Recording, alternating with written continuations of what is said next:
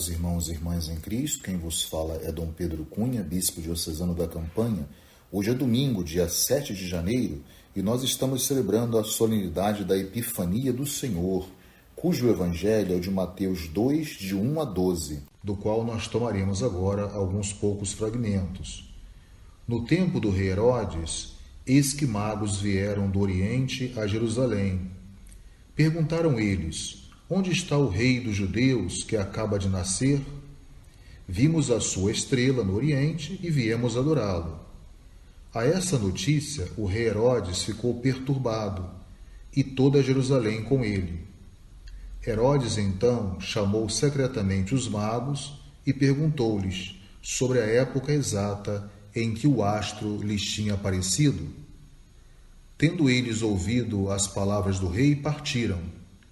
E eis que a estrela, que tinham visto no Oriente, os foi precedendo até chegar sobre o lugar onde estava o menino e ali parou. A aparição daquela estrela os encheu de profunda alegria.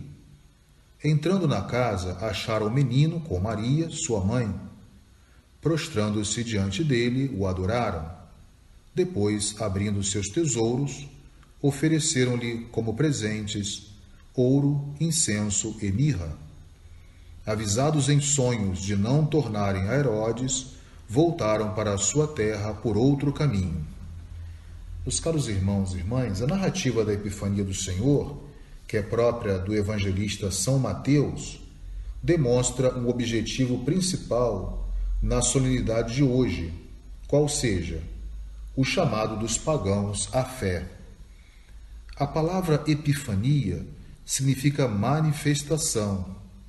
Neste domingo, porém, ela assume o significado mais profundo de apresentação do menino Jesus aos pagãos, representados pelos reis magos que vieram do Oriente para adorá-lo. O chamamento de Deus foi tão forte que aqueles homens resolveram então enfrentar uma longa viagem. Podemos imaginar também o quanto de obstáculos que eles tiveram que enfrentar, só conhecidos por quem tinha aquele hábito de viajar pelo deserto, por exemplo, que era o caso desses reis magos. E a sua intenção era uma intenção reta. Por isso, dirigiram-se à cidade principal da Palestina, procurando pelo rei para informá-lo sobre o lugar onde havia nascido o rei dos judeus.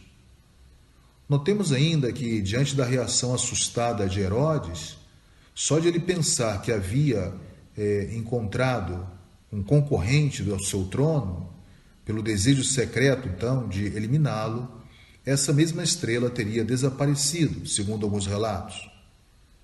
Os reis magos, então, saíram de Jerusalém, e quando saem de Jerusalém, essa estrela reaparece, causando-lhes, portanto, uma profunda alegria. Na verdade, a providência divina frustrou os planos funestos do rei Herodes e avisou então aos reis, em sonho, que voltassem para suas terras por outros caminhos. Temos aqui, portanto, dois quadros bem opostos, né? O primeiro, que são esses reis magos, que tomam conhecimento da vontade de Deus e procuram respeitá-lo, acolhendo com generosidade a sua vontade. E temos, portanto, uma outra imagem de um rei iníquo, que não quer seguir o caminho de Deus e nem tampouco interpretar os seus sinais. Por isso, esse não quer ouvir a voz de Deus e nem tampouco colher esses sinais. A figura dos reis magos expressa, então, a expectativa da espera universal messiânica, ou seja, a eterna busca do homem que deseja um rei salvador e uma paz que só Deus pode dar. É a busca de uma luz para guiar os seus passos no caminho da história e que dota, então, a vida de um sentido, de um significado. No livro dos Números, no capítulo 24, no versículo 17, nós encontramos o texto que diz assim: uma estrela surge de Jacó, um cetro se levanta de Israel. A estrela, então, torna-se símbolo da chegada do rei messiânico. E ainda no livro do Apocalipse, Esse mesmo livro, escrito por João, chama Cristo de a estrela da manhã, no Apocalipse 2:28. Então a luz messiânica, ela é também um sinal de uma nova criação, através da chegada do Messias entre nós. Por isso Isaías bem profetizou, no capítulo 9, versículo 1. O povo que caminhava nas trevas viu uma grande luz.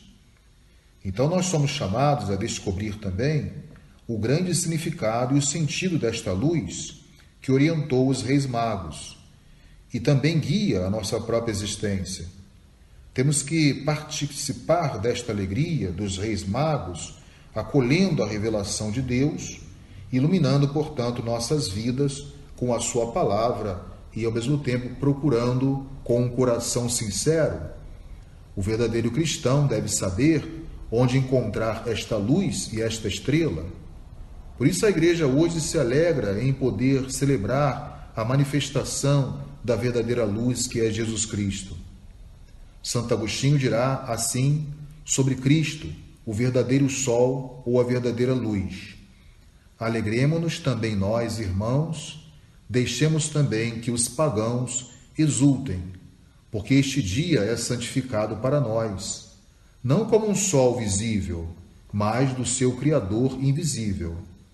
A igreja, que somos nós, batizados e batizadas, deve também fazer refletir em suas ações a luz de Cristo no mundo, que não poucas vezes caminha em meio às trevas.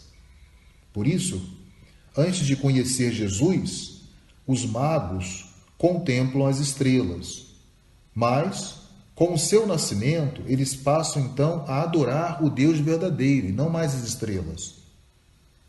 Peçamos então ao bom Deus que a sabedoria dos magos nos inspire também a buscar nas Escrituras os caminhos que nos conduzem até Jesus para adorá-lo e segui-lo. Louvado seja nosso Senhor Jesus Cristo, para sempre seja louvado. O Senhor esteja convosco, Ele está no meio de nós. Seja bendito o nome do Senhor, agora e para sempre.